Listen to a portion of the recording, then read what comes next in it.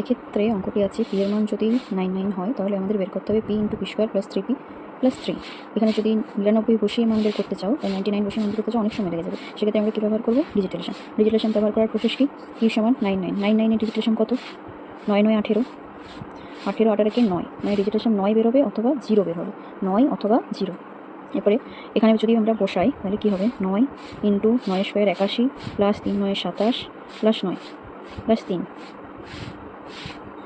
আচ্ছা, 9 গণিত ডিজিটালেশন কত? 9 ডিজিটালেশন কত? 9 3, 9 9 18, 18 3 21, 9 গণিত ডিজিটালেশন কত? 18, 18 3 21 3, মানে 27। ডিজিটালেশন কত? 9।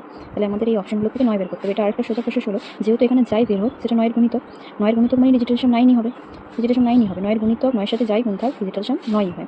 তার জন্য আমরা এখানে অপশন থেকে 9গুলো বাদ দিই। সুতরাং আমাদের যদি এখানে আমরা দেখতাম এটা 9 এর গুণিতক, শুধুমাত্র এগুলোর মধ্যে কোনটা ডিজিটালেশন 9 বের হচ্ছে সেটা দেখলেই হয়ে যাবে। সেক্ষেত্রে দেখো এখানে 9 9 বাদ গেল 9, তাহলে 8 3 24, 24 মানে ডিজিটালেশন কত? 6। এটা 9, এগুলো সব 9, এটা তো অবশ্যই ডিজিটালেশন 9।